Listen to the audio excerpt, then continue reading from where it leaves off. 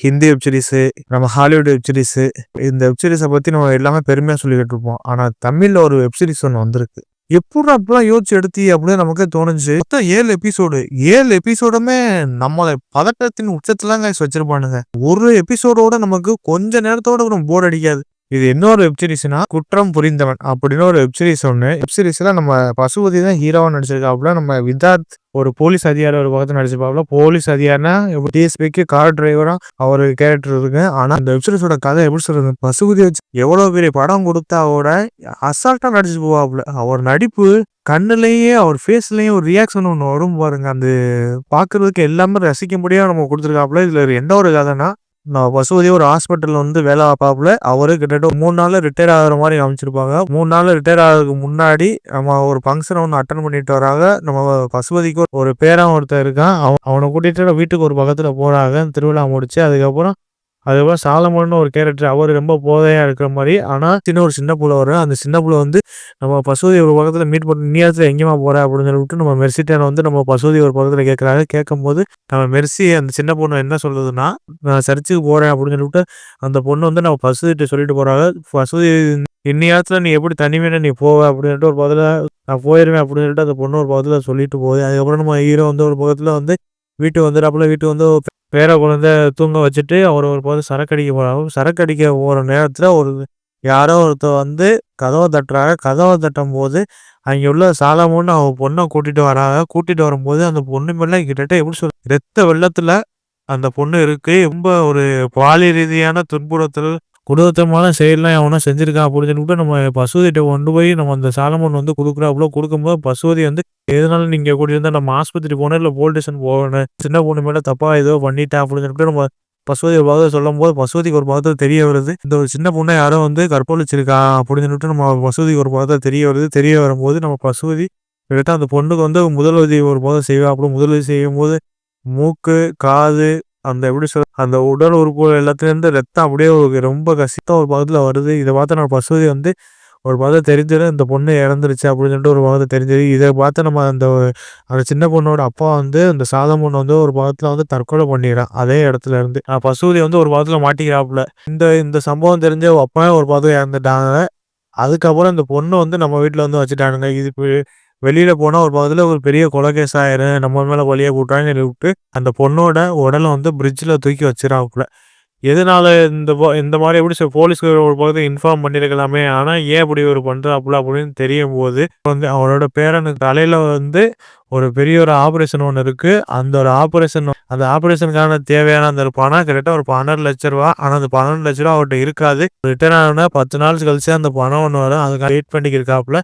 இதனால இந்த ஒரு விஷயம் போலீஸ் கேஸா ஆயிருச்சுன்னா நம்மளுக்கு ஒரு பக்கத்துல கேஸ் ஆயிருமே அப்படின்னு சொல்லிட்டு ஒரு பக்கத்துல நினைச்சுக்கிட்டு இருக்காங்க. நினைச்சுக்கிட்டு இருக்கும்போது இதெல்லாம் நம்ம வெளியில சொன்னா நம்ம பெரிய கேஸ் ஆயிரும் அப்படின்னு சொல்லிட்டு இந்த விஷயத்த வந்து அவர் மூடி மறைக்கிறாப்புல. மூடி மறைக்கும் போது தான் தெரிய வருது, நம்ம வசதிக்கு மனைவியா இருக்கிறது நம்ம லிசா ஆண்டனி. அவ ஒரு பக்கத்துல நம்ம பசுதியோட ஒய்ஃபா நடிச்சிருப்பா. அவட்ட வந்து இந்த மாதிரி விஷயத்த சொல்றாங்க. அதை பார்த்து நம்ம லிசா ஆண்டனி வந்து எப்படி சொல்றது, ரொம்ப இதெல்லாம் தப்புங்க அப்படின்னு சொல்லிட்டு நம்ம ஒரு பக்கத்துல நினைக்கும் போது நம்ம வசதி ஒரு பக்கத்துல அந்த பொண்ணு இறந்து போச்சு, இதுக்கு மேலே நம்ம இறக்கக்கூடாதுன்னு நினைக்கிற ஒரே ஆளு நம்ம பேர குழந்தை அவனுக்கு இந்த பணம் உதவி வேணும், என் மேலே கேஸ் விழுந்துச்சுன்னா அந்த பணம் வராது அப்படின்னு சொல்லிட்டு ஒரு பக்கத்தில் வந்து நினைக்கிறாப்புல. நினைச்சிட்டு இருக்கும் போது லட்சுமி பிரியா ஒவ்வொரு ஒரு வெப்சீரிஸா ஒரு முதல்ல கீழே நம்ம சாலவனுக்கும் ஒய்ஃபா இருப்பாங்க, மெர்சியோட அம்மாவா இருப்பாங்க.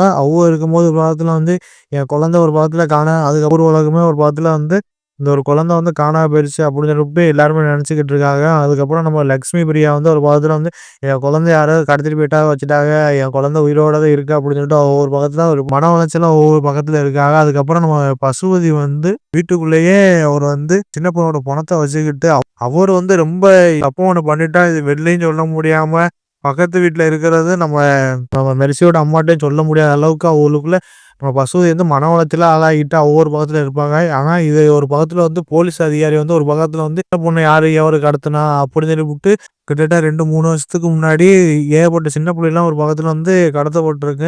அது இது வரைக்கும் யாரு எவருன்னு தெரியாது. அந்த குழந்தை கடத்து சம்பவத்துக்கு இந்த சம்பவத்துக்கும் ஒரு பக்கத்துல தொடர்பு இருக்கான்னு சொல்லிட்டு அந்த போலீஸ் அதிகாரி ஒரு பக்கத்துல தேடிக்கிட்டு இருக்காங்க. தேடிக்கிட்டு இருக்கும் போது நம்ம பசுபதி என்ன பண்றாப்புல, ஒரு பக்கத்துல போலீஸார ஒரு பக்கத்துல விசாரணை பண்றாங்க, இந்த யாரு எவருன்னு சொல்லிட்டு நம்ம பசுபதிட்டே கேட்கிறாப்புல. ஆனா பசுபதி எல்லாம் இதெல்லாம் தெரியாது வைக்காது அப்படின்ட்டு மூடி மறைக்கிறப்ப மூடி மறைக்கும் போது நம்ம விதார்த் அவர் பக்கத்துல வந்து ஒரு போலீஸ் அதிகாரியா ரொம்ப அவருக்கு ஒரு பக்கத்துல ஒரு கதை ஒன்று போகும். எப்படின்னா இருக்கிற எல்லா அதிகாரியும் அவர் வந்து மட்டம் தட்டி டிரைவர் வேலையை உனக்கு போதும் வைக்குது அப்படின்னு சொல்லிட்டு நீ இந்த விசாரணை பண்றது தேவை கிடையாது.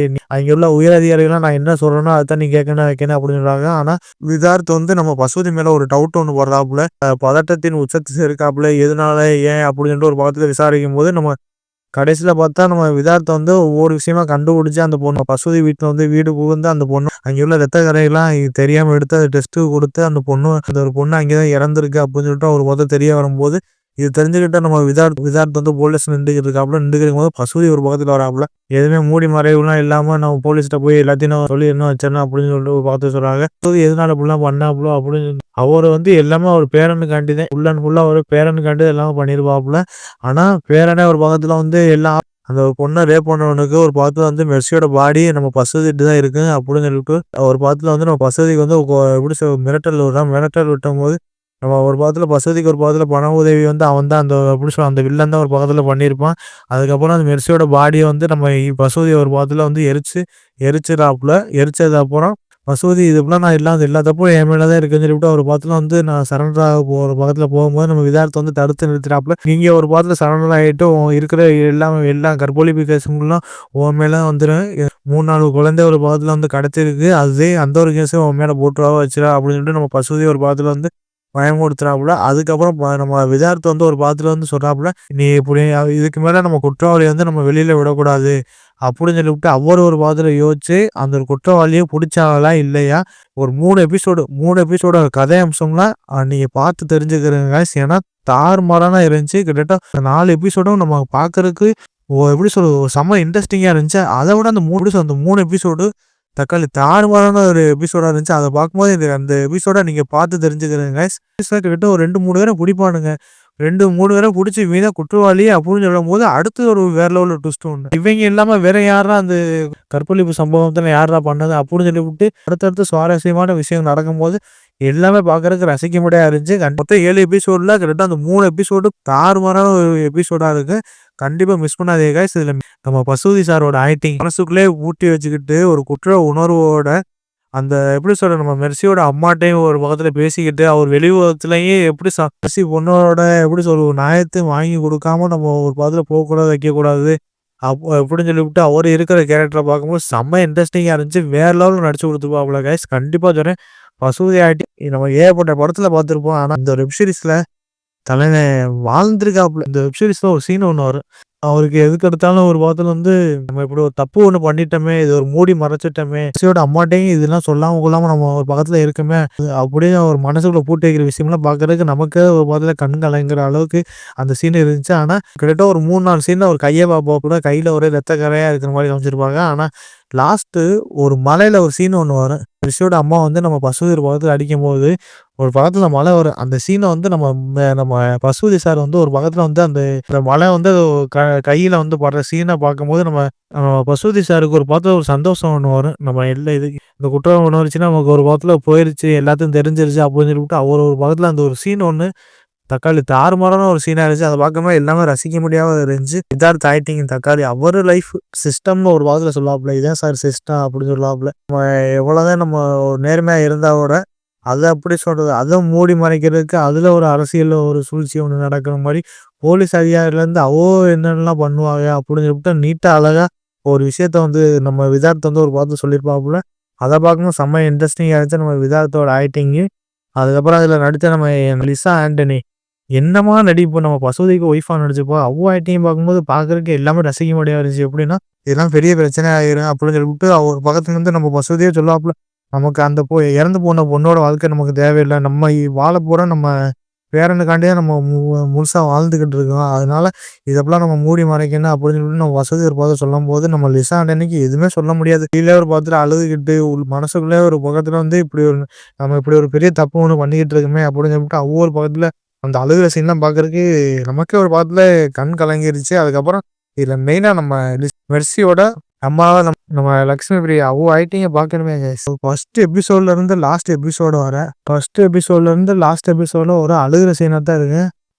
மொத்தத்துல இந்த வெப் சீரிஸ எடுத்து நம்ம டைரக்ட் மனுஷன் யோசிச்சு எடுத்திருக்காப்புல. நம்ம செல்வமணி முனியப்பன். அவர்தான் இந்த ரைட்டரு, டைரக்டரு எல்லாமே அவருதான். ஏன்னா, ஒவ்வொரு சீனையும் பார்க்கும்போது அழகா நேர்த்தியா எந்தெந்த இடத்துக்கு என்னென்ன தேவையோ அது அழகா நீட்டா பூர்த்தி பண்ணியிருக்காப்புல. கண்டிப்பா ஒரு வாழ்த்து தெரிவிக்கணும். ஏன்னா, ஸ்டார்ட்டிங்லேருந்து எண்டு வர நம்ம பதட்டத்தின் உச்சத்துல தான் எல்லாருமே இருக்கணும், வைக்கணும் அப்படின்னு சொல்லிட்டு அவ்வளோ ஒரு பக்கத்துல கதை அம்சமா போட்டு இந்த ஒரு வெப் சீரிஸை எடுத்து வச்சிருக்காப்புல. கண்டிப்பா ஒரு வாழ்த்து தெரிவிக்கணும்.